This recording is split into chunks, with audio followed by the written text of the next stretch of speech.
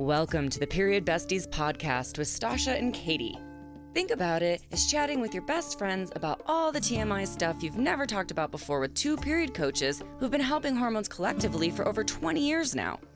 I'm Stasha. And I'm Katie, and we're pulling back the curtain on what it's like in the world of menstrual coaching. From puberty to menopause and everything in between, we're here to show you how period coaching can save the day. We'll share practical tips and information you can put to immediate use to improve your hormones and happiness. We're removing the mystery, ending the taboo, and shining a light on just how powerful period coaching can be. So whether you need period coaching or are considering becoming a period coach yourself, these episodes are going to help you. We'll share stories, coach live on air, and bring smart, savvy guests to share their wisdom too. Let's start today's episode. Welcome to the Period Besties Podcast. Today we have Dr. Carrie Jones back with us. We are always honored to have you on our podcast. Thank you so much for joining us today. Oh my gosh, I always love talking to you too. This will be so fun. I know, I'm really looking forward to it. And in honor of Breast Cancer Awareness Month, we wanted to ask you some questions that pertain to breast cancer and hormones and all those things. And one of the things that we're really looking forward to is digging into the HRT increases breast cancer myth, fact. Yes. What do we, So we definitely want to dive into that too. But one of the first things that we wanted to bring up today was just the fact that the rates of breast cancer increasing, more women are being diagnosed with it.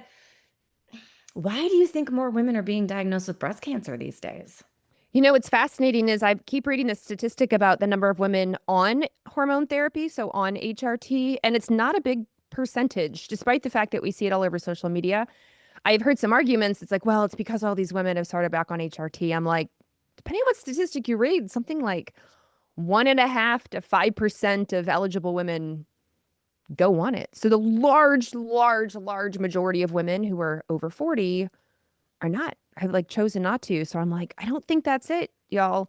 But we know cancer is complicated, no matter really what the cancer is, but especially breast cancer. And there are so many contributing factors. I personally think a big one that does get discussed and is getting more research are things like the endocrine disrupting chemicals. You know, I think when you layer in between lifestyle stuff and stress and early childhood stuff and some genetics, and then you just throw a whole bunch of endocrine disrupting chemicals at yourself over and over and over, which can also include even infection, inflammation. It doesn't have to be plastics per se, but maybe you've lived in a moldy house for a long time and it's fired up your inflammation and your immune system over and over and over again. And I think that is a big part of the equation that maybe we oncologists recognize, but because there's not really a pill for that, and it's hard to live in a world without some of these chemicals, these toxicants, that it gets brushed under the rug. And it really definitely shouldn't get brushed under the rug. Yeah, I used to cook for a woman who survived cancer when I was still living in Los Angeles, and she moved way out into the middle of nowhere because she was like, living here is like a cancer causing situation. And since I've already had it, now I'm susceptible. And so she would come into town once a month and I would have a whole refrigerator just full of things for her to take home. And then that's what she would, like, I made cheese, right? Like, go find raw milk and source it and turn it into cheese and stuff. So it was a real learning curve for me as well, because she was on a very specific diet for repairing the body post. And yeah, that was it. She moved because of the environmental factors. And what sucks is that a lot of women can't. You know, a lot of women are really, they're stuck where they are. They're anchored to where they are. They don't have the resources, or they've been told, which I know we're going to get into, like, well, it's hormones. Like, it's not the plastics. It's not the fertilizers and the pesticides and the infections and the inflammation. And, you know, it's not those things. It's actually hormones. And so there's a lot of misinformation out there as well. And that's just not helping women. No. And we're also seeing younger and younger women being diagnosed. Like the whole start your mammograms at 40 thing may not be necessarily the best advice anymore. And if you can't get breast cancer under 50 unless you have a specific genetic predisposition, which is what I grew up thinking, because we have BRCA gene in our family. And so the women in our family were all diagnosed in their 30s with their first round of breast cancer. But I just thought for the longest time, like, well, if I make it past 30 into 40, then I won't have any problems, because that was true in our family. No one got breast cancer. If you didn't get it in your 30s, you just didn't get it. So Right. I just thought, well, if we have the gene, this is what happens. And that's it. You either have the gene and you get it under 50, or you get it over 50 because of age. And that was like the only two options in my mind for the longest time. But now we're seeing so many people getting it so much younger. And the BRCA genes are not the only genes. With cancer, the formation of cancer, like I said, it's complicated. And there are a lot more genes that aren't necessarily like breast cancer per se, but like play a big role in tumor suppression or not, and the repair of a cell, of a gene, of an enzyme, of DNA or not. And they are heavily influenced by so many things. And so as a result, we are seeing women, God forbid, in their 20s or 30s. It's not just, unfortunately, a cancer of a 50 or a 60-year-old like it used to be. Like when my grandmother was diagnosed with breast cancer twice. That's what she died of, but she was not in her 30s. She was, quote unquote, the average age, the appropriate age for breast cancer. But now my colleagues in primary care are like, holy crap, it's really heartbreaking to see a lot more younger women younger than 40.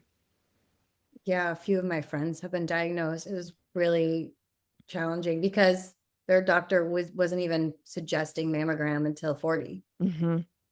And I would get, when I was in full-time practice, even then I would have pushback. I'd find a lump on a breast exam, or they would come in with a lump they found on a breast exam, and everyone's like, "Oh, no, it's not, there's no way. You're 35 or you're 32. Like, I'm sure it's just something cystic. I'm sure it's a fibroadenoma. Like, I'm sure it's nothing." And then, oh my goodness, on imaging, there it is. On biopsy, there it is. What a difficult conversation to have too as a doctor. It is. Yes. Especially sometimes I feel like you can tell I had felt enough breast cancer, and I'm not, full caveat of this, I am not an oncologist at all, but when I was in full-time practice and on the front lines, I did a lot of breast exams. And so some of them I was like, oh my goodness. I had a patient once, it felt like her breast had swallowed a child's block, one of those wooden blocks. It was very cuboid. It was very hard.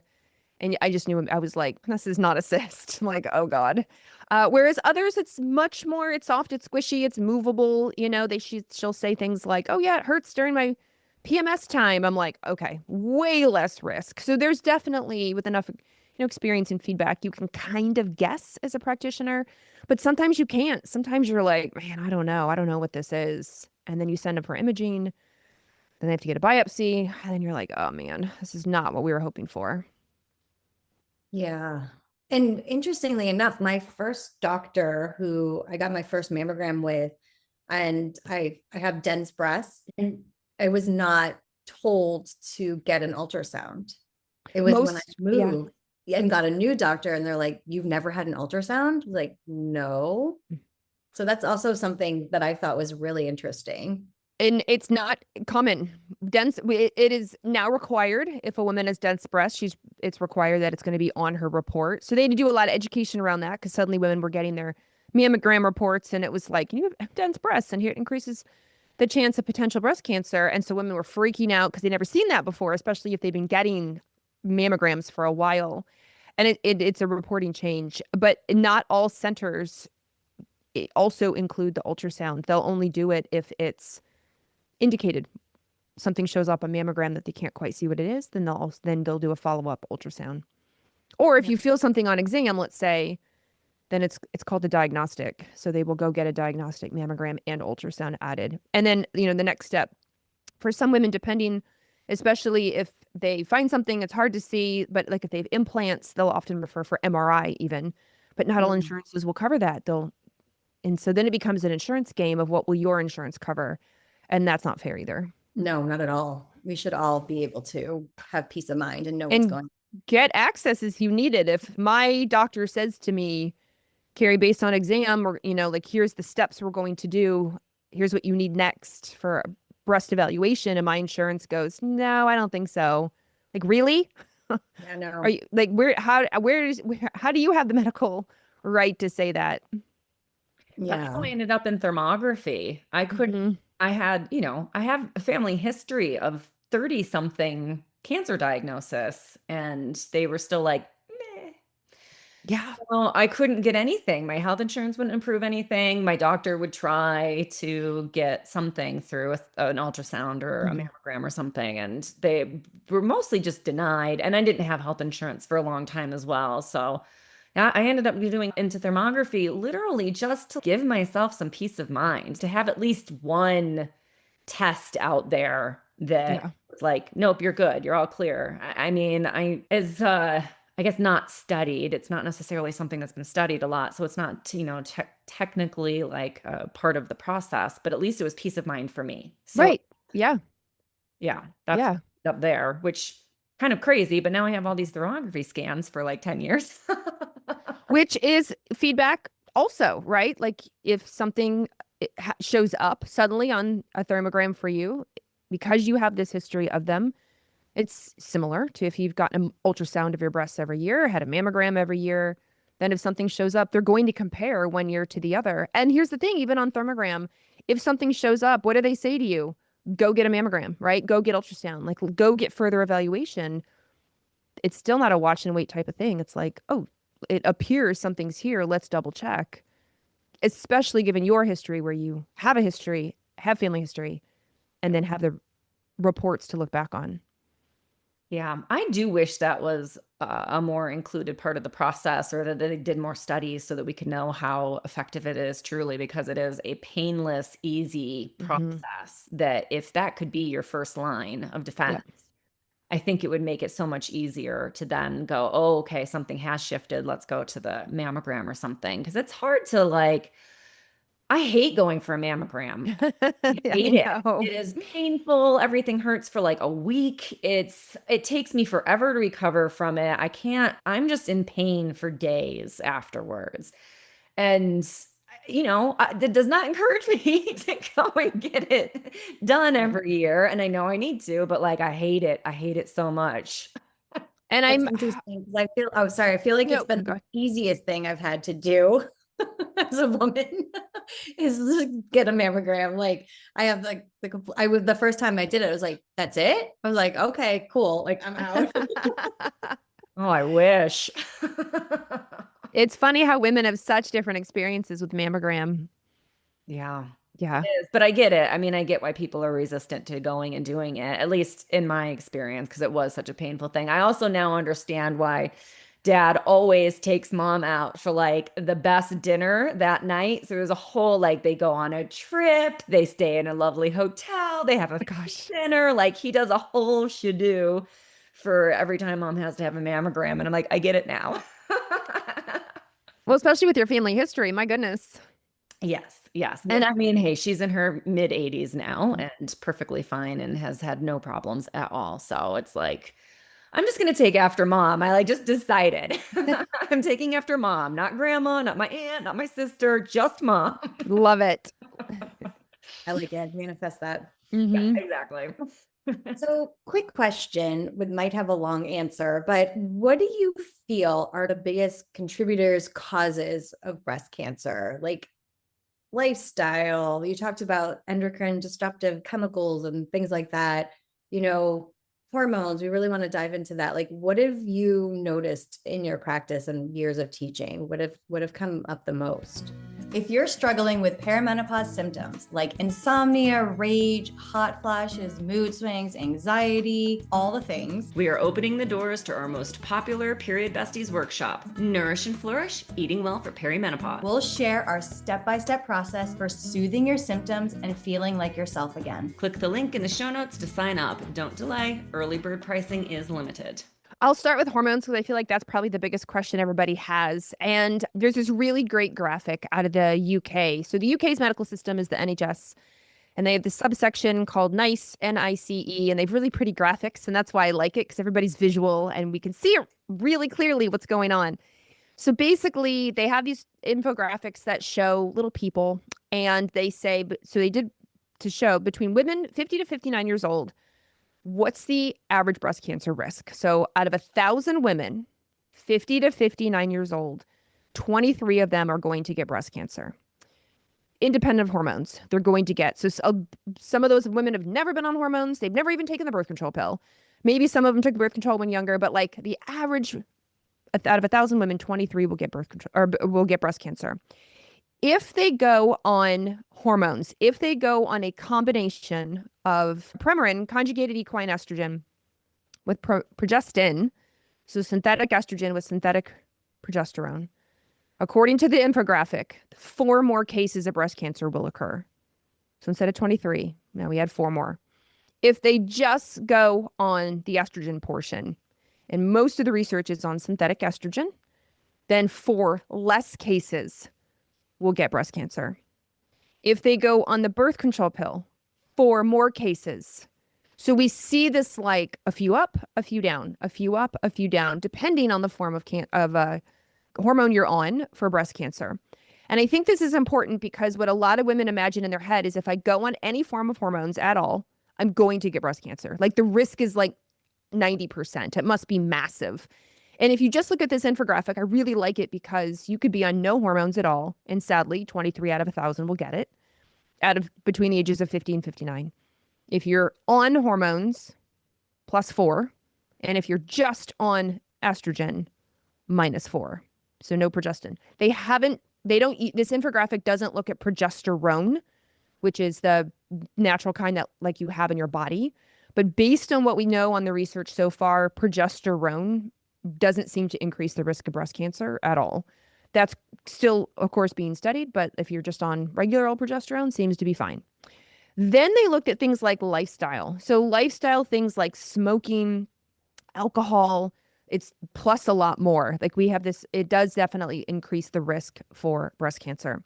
If you do have genetics, so if you have the BRCA gene, for example, and especially if the BRCA gene plus you have women in your family who've like actually developed breast cancer as opposed to BRCA, but it's never manifested as breast cancer in anyone. But if you have it and you have women who have breast cancer, had breast cancer, then obviously your potential risk for things like that goes up as well.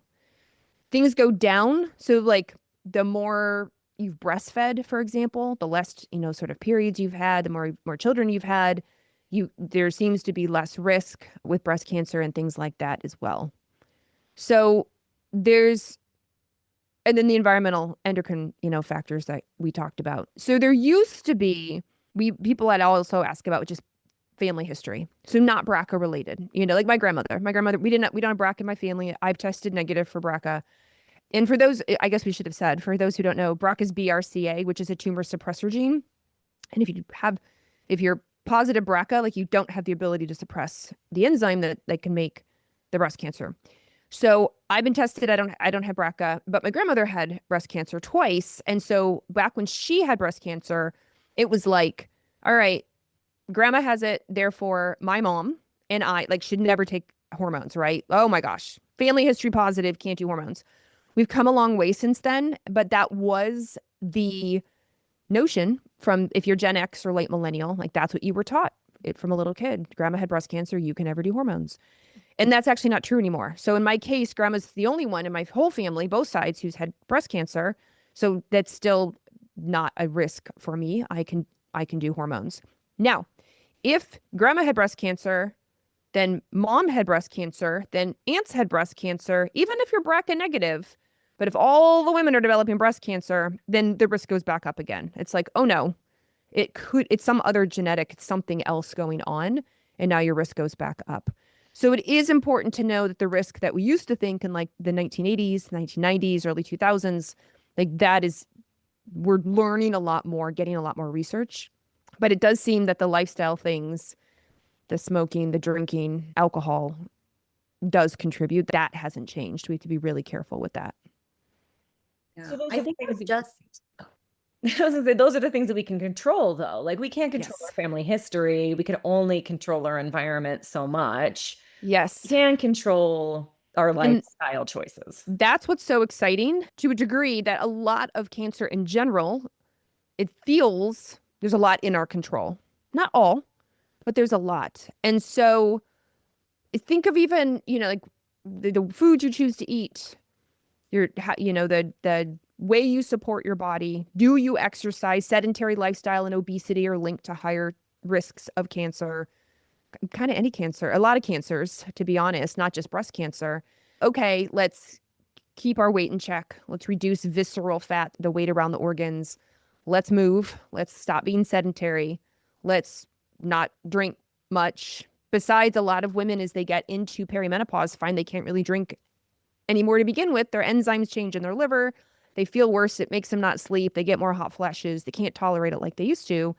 And I find a lot of my friends and colleagues are like, oh, I used to drink so much in my 20s and I just don't drink at all anymore. I'm like, I know. Yeah, exactly. So we're like raising our hands. Like, yes, for sure. And so those things are absolutely in control. You can eat, getting fiber and fruits and vegetables and helping chemicals detox out of the body, keeping our liver healthy, staying hydrated, finding joy, being in good community. Like, all those things are just general health foundations. And bonus, by the way, they do help reduce the risk of cancer. Yeah, that's great. I think the alcohol conversation is so complex. I often see with my clients, especially in perimenopause, it's either they can't handle the alcohol anymore, or they think that's the only way they can fall asleep at night is having a glass of wine, and aren't seeing how it's not helping their sleep or even contributing to a risk and all of that. I definitely see how we've created alcohol as a social gateway, and it's totally fine, but really missing the fact that it's a contributing factor.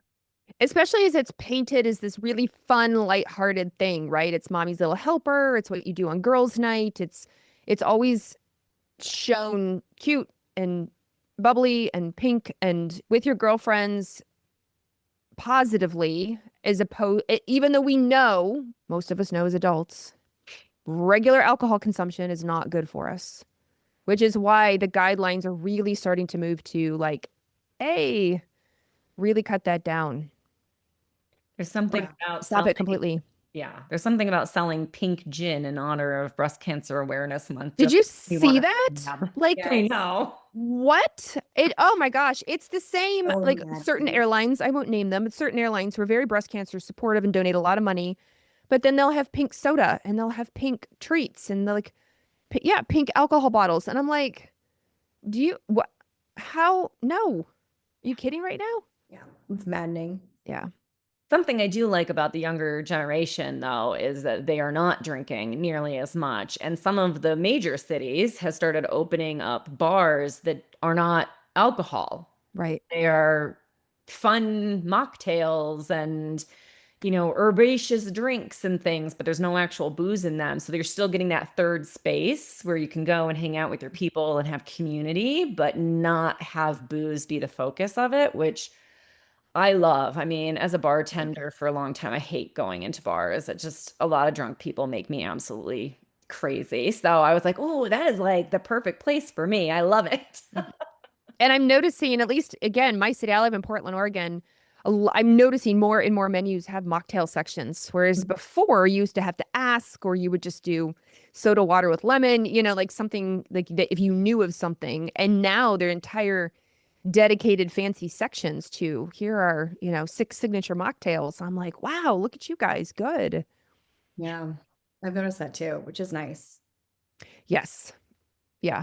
A lot of the wedding stuff that we did, the places I picked because they had mocktails and non-alcoholic drinks or like CBD sodas or something on the menu. Because a lot of people, myself included, are not big drinkers, but we wanted to have a good time and we wanted to go do stuff and go to places. So like I intentionally picked out breweries and cocktail places that had alternative options, right? Right.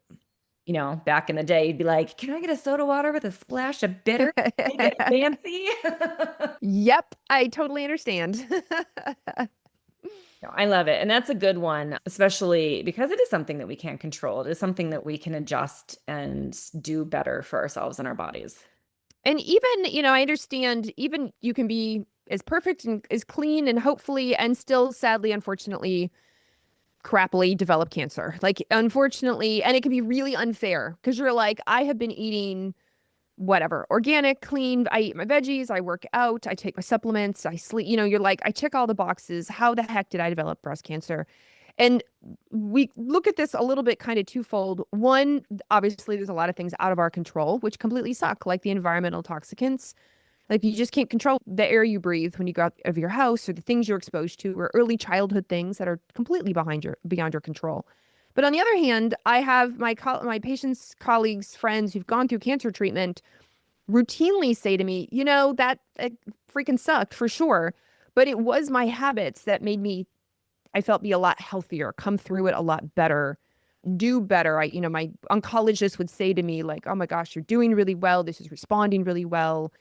Even things like hair loss or not, or nausea or not. I have a lot of friends and colleagues who are like, sucked, I got it, but I feel like my habits really helped my immune system and my repair and my body like really get through it, maybe better than somebody else who isn't or doesn't. And that is the silver lining that I still have women look to when they're mad and rightfully indignant. I'm like, but don't stop it. Keep those habits through your treatment. Yeah, that's a good point. When you take care of your body, it really changes how you go through something. Yeah, Sure. and there's interesting research on these things. I mean, there's even interesting research on surgery. Like, is it a better time to get surgery in your follicular or luteal phase? Is it a better time to do chemo? Like chemo and fasting, like they're starting to evaluate how do we optimize? Like if crappy things happen and you have to go through treatment, like using your body and the things that you do, how can we optimize it?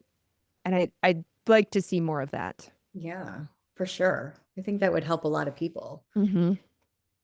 Yeah, we had an OB GYN surgeon in period coaching school who she said that she would talk to her patients and she would find out where they were in their cycle, when their surgeries were scheduled, and she would adjust them because she saw the recovery time for her patients differ. She saw the differences in where they were in their cycles and how they responded to everything. And she started adjusting at least her patients' surgeries based on where they were in their cycles because of it. And I just thought, gosh, if only we all had that kind of doctor with that, willingness to learn and adjust and try new things, and then who came out of it. And then she even said after period coaching school, she had patients where she, the options that she had to give them before and then the options that she had to give them after were wildly different. And she felt so good because she was prescribing so much less to them. And then they weren't progressing into surgeries and things like that they had been on that track beforehand. So it really is an interesting thing to think like we could be tailoring with our cycles to make things more advantageous for us. And every time I think like, that's it, we must have discovered everything we can do, quote unquote, in flow. There's something else that comes up and I'm like, oh, we should be doing that in flow too. It's like the study that came out the other day from, I think, UC San Francisco, where they were mapping the ovaries. And, you feel, just like you said, you feel like researchers figured out everything they could about the ovaries. And then they were like, it turns out as we get older, we have a lot of sympathetic receptors. So like the fight or flight system, our nervous system, really impacts the ovaries. We get a lot of sympathetic receptors for cortisol and adrenaline go on the ovaries. And the ovaries, I believe they called it like its own ecosystem. And I feel like the three of us knew that. Like we didn't need $1 million study to tell us that. But like now we have the study to solidify what we've already assumed. And so it's been really fun watching maybe more conventional colleagues be like, this is mind blowing. I'm like, yeah, like we have the study. I think it's very cool. But at the same time, it's how we've sort of understood all the systems and how all the systems talk to each other and are very intimately related. And of course, the ovary is its own ecosystem. Like, of course, the ovary has receptors for stress. Like we assumed that just based on the way that we work with women, but they like for real discovered it and published it. And I'm like, one more thing that we just didn't know till 2025. Here we are. I saw that, and the model was gorgeous. The Oh, yeah, the ovaries. model. Oh my God, Mhm. beautiful. And something that I have been saying for a long time is I really think that we're growing eggs within the ovaries as we're aging. And I'm going to be just mind blown when they figure out how mechanisms, things behind it. Like, I'm really looking forward to the day that they kind of go, okay, we're not necessarily born with our stash of eggs in the ovary, but here's how we're growing or adapting, or, you're improving the egg quality and these kinds of things. There's just so much to it that, they say we know. But the more and more I read, the more and more I learn, the more I go, but I don't know that's I feel like that's Yeah. gonna get debunked one day or fine-tuned or improved upon or something. So yeah, that was amazing. I geek nerded out big time yesterday. Oh my God. It's like the mitochondrial theory of aging came out years ago. I want to say in like, oh gosh, I don't know, 2016, 2017. And at the time I was working with a lab that did a lot of hormone testing. And I was like, this makes so much sense to me that the ovaries have a lot of mitochondria, or little energy powerhouses. And because the mitochondria are very sensitive, they're like canaries in the coal mine, that when they're impacted, it can really impact hormone levels. If they decline, hormone levels decline. And I remember talking about it way back then, and I got so much hate from people who were like, it's just a theory, like that's not true, and all this stuff. Fast forward between last year and this year, so much information has now come out about all the mitochondria. We have so much mitochondria in the ovaries, like more than in any other organ, really. And they do obviously so much. And now it's way more confirmed, like, oh yeah, it turns out that when the mitochondria are negatively impacted, you're not going to make hormones like you used to. You're not going to be able to clean up any kind of what we call free radical damage that can occur, which is we eat and have antioxidants to sort of clean up this damage that naturally occurs, just as part of a byproduct of being human, but also because of inflammation or high blood sugar, or infections, things like that. And I was like, you mean I was talking about this in 2016, 2017, got shot down because it was just a quote theory. And now that we have much more substantial evidence, they're like, oh no, yeah, this is how aging of the ovaries happens. And I was like, okay. And it's just frustrating because, again, it's one of those things that you just, if you're actually in practice, you're actually working with women, you're actually listening to women, you sort of piece it together and go, yeah, I think this is exactly what's happening. This is my experience. But because researchers haven't published a paper on it, like, then for some reason it's not true until that happens. But now we just know so much more on the ovaries, between the finding from UC San Francisco and sympathetic receptors, and then the mitochondria, which only means it's just that much more we have to help women with their symptoms, even from a young age. I mean, PCOS and fertility and endo and PMS and PMDD, all the way up through perimenopause, menopause, etc. I love that. Question for you, kind of going back to that with women being with their doctors, what should we be asking in terms of tests or next steps when we're breast cancer awareness, or just in general with our doctors with this, that a lot of women might not know or be asking? So one of them is, if you haven't, especially in perimenopause, so over 40, if you haven't had lab work in a while, then it's time to get some new lab work. Unfortunately, the change and shift in hormones can really impact numbers for a lot of women. So their thyroid levels, their cholesterol levels, even their blood pressure, which is why I advocate not just for telemedicine. Go physically see a healthcare practitioner, get your vitals checked, your glucose, your insulin, obviously your hormones. And this is important to know because a lot of women identify as being low levels when they're younger. I've always had low blood pressure. I've always had low cholesterol. I've always had low glucose. So that's not going to change. And then they get to be 45 and for 50, and all of a sudden their cholesterol is crept up, their blood pressure is crept up, their glucose is now pre-diabetic. And they're like, what the heck? I've been low my whole life. But what they do is they put off going to see someone because the copay is a pain, or their insurance deductible is high and so it's expensive, or they don't really love their primary care who doesn't really order that many things. And so they feel like it's incomplete care, and years go by. Life is busy. And all of a sudden they're like, oh crap, I haven't seen a doctor. I haven't had lab work, haven't had anything, mammogram, colonoscopy, nothing. And they're, 45, 50, 55 years old and needed to get in. So first thing is I'm like, when was the last time you had lab work? Second thing is, what kind of lab work did you have? Because a lot of times you will go see your provider and you will say, I want a full workup. Test me for everything. I want all my hormones checked. And because time is an issue and insurance, et cetera, they'll say, okay, great. And they'll send you for a CBC, which is a complete blood count, red and white blood cells, which is great, not hormonal. They'll send you for a metabolic panel, which is usually like glucose and liver enzymes, kidney markers, electrolytes, calcium, which is great because those are important, but again, not hormones. And they'll often do lipids at that time. So cholesterol and triglycerides, which is great. Sometimes they'll run what's called a TSH, a thyroid stimulating hormone. So one of your thyroid markers. And then they'll call you and say, everything's fine. But yet I'm like, well, where's the rest of the stuff? Where's the other half of this equation? There's so many more things, such as your actual hormones, estradiol and progesterone, testosterone, the rest of your thyroid markers, your vitamin D, B12, maybe even iron. And again, a lot of this depends on your symptoms, but I find women go with a lot of symptoms. I'm tired. My hair is falling out. I'm gaining weight. My periods are weird. I don't like how I feel. And they're not getting this whole plethora because not everything is perimenopause. I mean, if you're tired, that could be a million things. I'm so tired all the time. Could be perimenopause. Could be you're low in B12. Could be you're anemic, right? Could be a thyroid problem. Could be all the above, but we won't know until we test it. What about like mammograms, thermograms? Even if you don't have family history or you haven't noticed, should we be advocating for earlier than 40? Or what do you think about that? So this is really interesting. First of all, mammograms, there's a lot of controversy in mammograms, unnecessary diagnoses or leading to unnecessary additional scanning or even biopsy for that matter.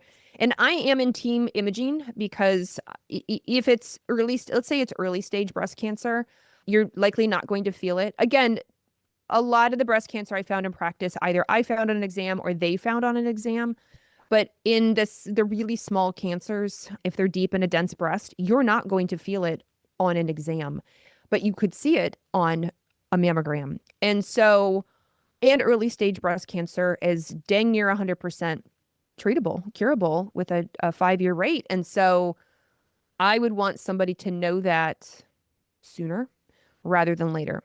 So mammogram, now we've mammogram with ultrasound, mammogram progressing to MRI, mammogram. I understand the controversy around thermography. For those who don't know, thermography is like heat scanning. If anyone ever watched that old movie Predator, where they could see people the monster, the alien could see people through like heat scanning because bodies are heated. So they're red and other things, cool. So they're blue or green.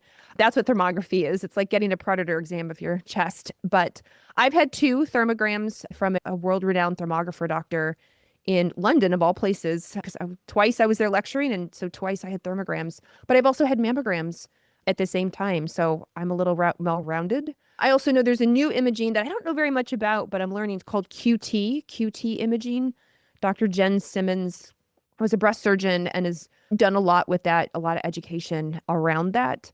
But no matter what, I feel like imaging, I am pro team imaging because we can do something about it. And even if it's nothing, let's say they're like, well, you just have really dense breasts. What can we do? Can we do anything to even support that? Can we support your lymphatics? Can we support the tissue around it? Especially if you're like, well, I'm having breast tenderness all the time, or I've noticed my breasts have gotten bigger as I've moved into perimenopause. What's that about? What can we do? Now, younger than 40 is a good question. I am in favor of younger imaging in general. For example, checking for osteoporosis. I think it's ridiculous that we start at an older age. Bone changes start much younger. I feel we need a baseline at 30.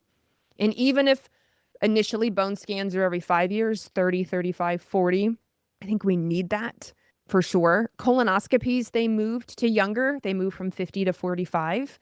Sadly, colon cancer is on the rise. I'm okay with colon screenings of somehow starting earlier. I'm a prevention doctor, so let's go. I'm about prevention.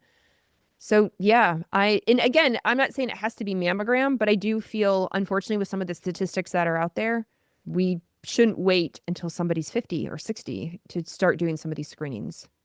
Yeah. What about if you don't know your family history? Would your doctor or would suggest getting tested for the BRCA gene, or is that something like you would have to advocate? That's something you'd have to advocate for. There's a lot of genetic companies now that are at home, swab your own cheek at home, mail it in, and BRCA is on there in some of those cases. So some people know their BRCA status because they did one of those, not necessarily through a geneticist, but through a different company. Others advocate for it, that they would like to know their BRCA status. Remember though, BRCA, if you have it, big deal, very big deal. However, of only a very small percent of breast cancers are due to BRCA. So if you don't know your breast cancer history, it's not like that gene. It's not like if it's negative, you don't have any other genetic markers or like no risk. It's not like let's say somebody's adopted and they don't know their history at all and they test negative for BRCA. It's not like, whew, girl, good thing you're never going to get it. It doesn't work like that. I wish that like it would be that black and white, but it's just not. Wow. Good to know. Yeah. I do like that idea of testing for bone density earlier. There's a couple things that have come up recently in my world. And one is I had a friend who went in her mid 40s, I think, for a bone density test and found out she'd actually been celiac and she had bones of like a 90-year-old. Like she had no physical symptoms, no digestive issues, nothing, just ate her bones away into nothingness. And now she's older. She's towards the end of perimenopause. Like a lot of that time where she could have just been chugging bone density with the progesterone in her body to help thing is gone. And I've been trying very hard to talk her into going to her doctor and talking about progesterone supplements because she also thinks that it will give her cancer. And it's not just progesterone. Progesterone plays a role, but estradiol and testosterone. Yeah. Super important if I could get her just started on one. Yes. Maybe we could get her down the rest, but she's just like, no, HRT causes cancer.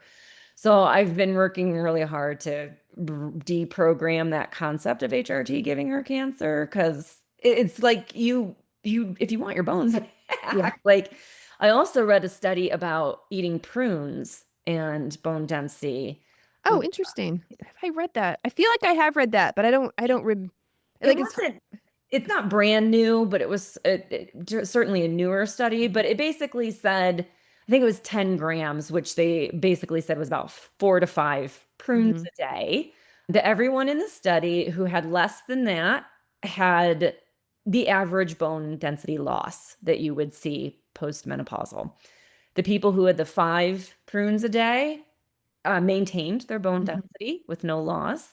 And they had a group of people who were supposed to be doing 10 a day, and almost all of them dropped out. Like I was like, that's a lot of prunes. A lot of prunes. Like, we don't know the results of the people who took more because they couldn't hang, and most of them dropped out. Like there's a significant amount of them dropped out of the study. So it seems that 5 prunes a day, 4 to 5 prunes a day was the optimal, at least to maintain your bone density, right? So remember, weight bearing is important. And I should say, since you mentioned celiac, there are definitely times we do bone density scans younger. So let's say somebody, a college athlete, they're track stars, they haven't had a period in years, like the overtraining, under eating, and they get a fracture on their foot. And it's like, let's go get a bone density scan. But nobody knew, or they haven't been to a doctor.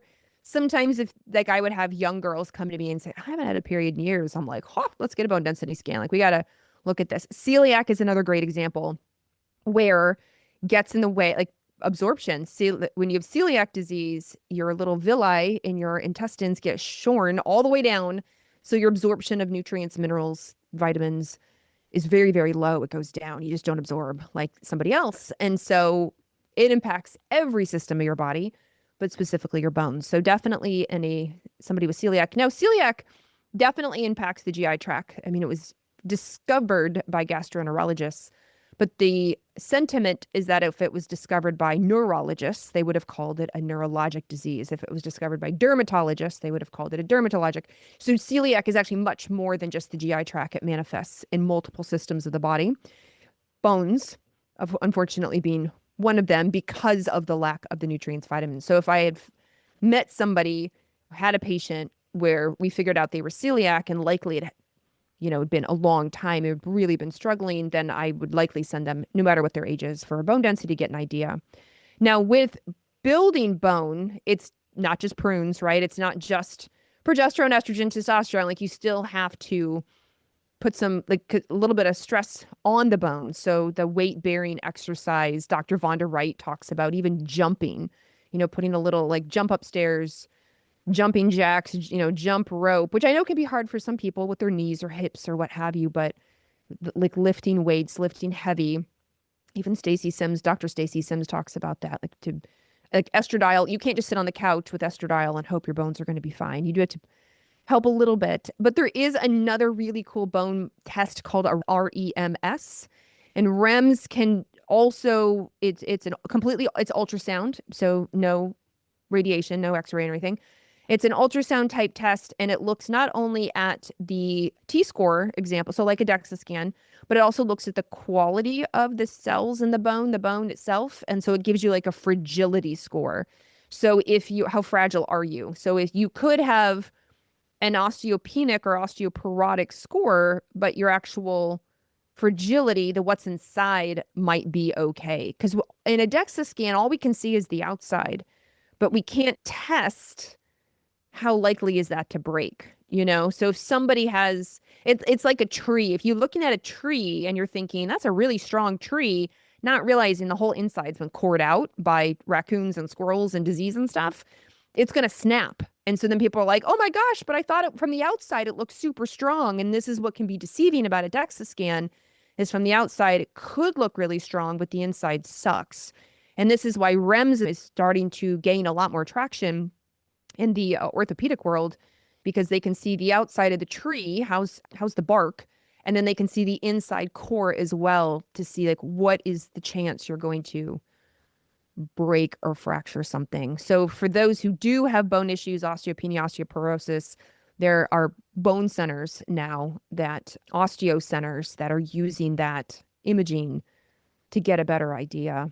But even like fun things like vibrate plate. I don't know if either of you've ever stood on a vibrate plate and got all vibrated, but there's a certain, and I'd have to look it up again, there's a certain vibration that also helps for those who, well, it helps for everybody, but even those who are like, oh, I can't jump. I don't have the knees or the hips or the feet to jump or the balance.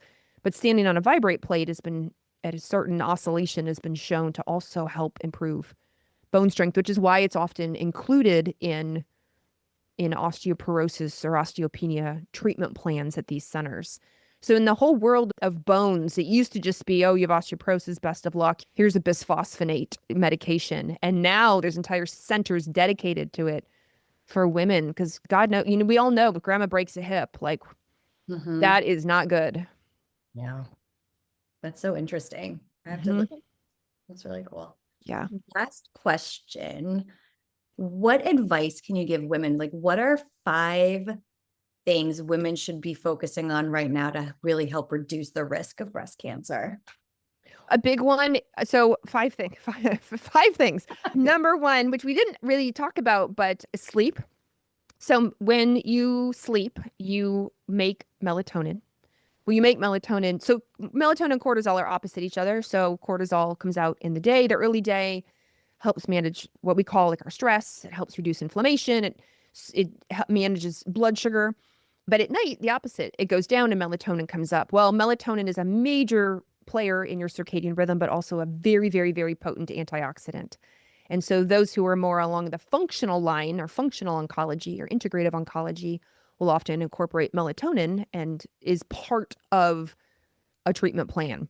And so because of melatonin's potency, and so getting quality sleep is a big one. And we know, unfortunately, like the night shift workers, God bless them, we need them. But some of those cancer studies on night shift workers aren't great. And so we need that sleep and that melatonin. So that's number 1, protect your sleep.